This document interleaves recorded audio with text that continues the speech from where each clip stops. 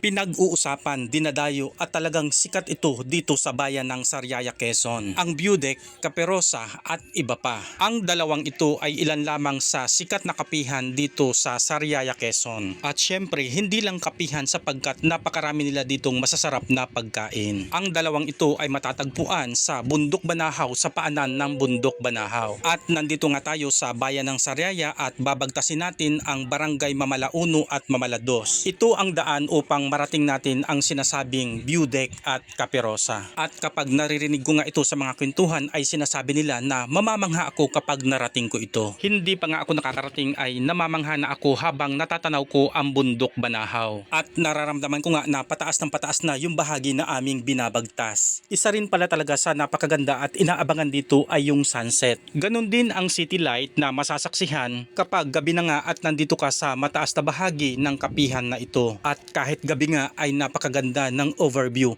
Kitang-kita yung city light. At dito nga ay matatanaw ang kalakhan ng Lucena City at Pagbilao, Quezon. Napakaganda, kamangha-mangha at danaisin mong marating ito. At pansamantala nga na kami ay magpapark dito sa mataas na bahagi na ito sapagkat nandito yung mga tao na pinagmamasdan nila yung city light. At pagbaba ko nga ng aming sasakyan ay naramdaman ko agad yung napakalamig na simoy ng hangin. Napakalamig dito. Kailangan pala talaga naka-t-shirt ka o naka-jacket sa lugar na ito. Caperosa yung natatanaw na yan.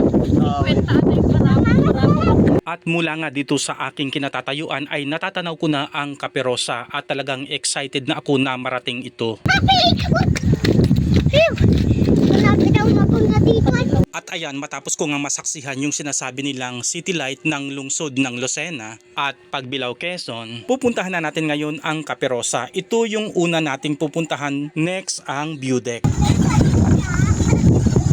At ayan, nandito na nga kami sa entrance ng Caperosa dito sa kanilang parking area. Napakalamig dito ng simoy ng hangin. At ayan, papasok na nga kami dito sa Caperosa at talagang wow, as in wow. Hindi mo akalain, mamamangha ka talaga na ang lugar na ito ay nasa bahagi ng Bundok Banahaw. Grabe talaga, pagpasok ko pa lang ang sarap sa pakiramdam. Napakaganda ng ambience, napakalamig, napakatahimik, nakaka-relax, very inspiring na lugar. At kapag nandito ka na nga, mafe-feel mo na napaka-friendly ng Caperosa. Magugustuhan talaga ng marami na dayuhin ang Caperosa. At habang pinagmamasdan ko nga ang Caperosa, napansin ko na ang malaking bahagi nito ay gawa o yari sa mga magagandang kahoy at matitibay na kahoy. At napansin ko rin na napakarami nilang customer dito sa ibaba at sa itaas. At bago nga tayo pumunta doon sa ibaba at sa taas, muli natin pagmasdan ang paligid ng Caperosa. Sobrang napakaganda naman talaga, hindi ka magsisisi na marating ito.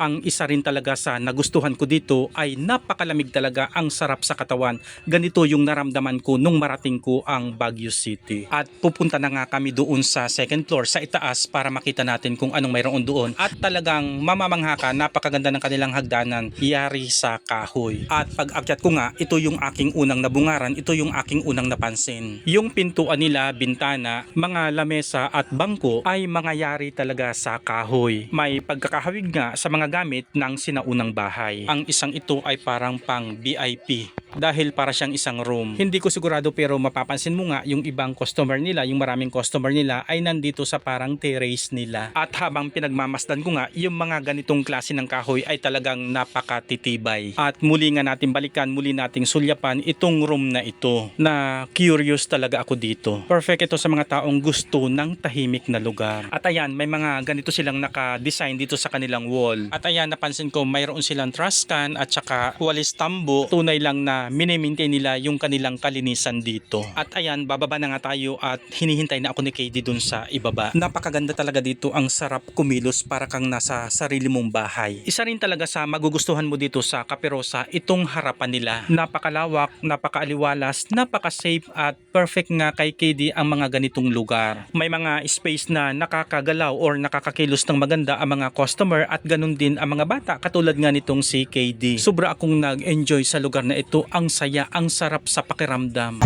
Kids friendly. Tiyak, sino mang makarating dito ay babalik at babalikan ang lugar na ito. Sobrang napakaganda, grabe talaga, na-comfort ako ng lugar na ito. At pagkatapos nga namin dito sa Caperosa, ang pupuntahan naman namin ay ang view deck. Please like and share, follow, and subscribe. Thank you guys. Thank you for watching.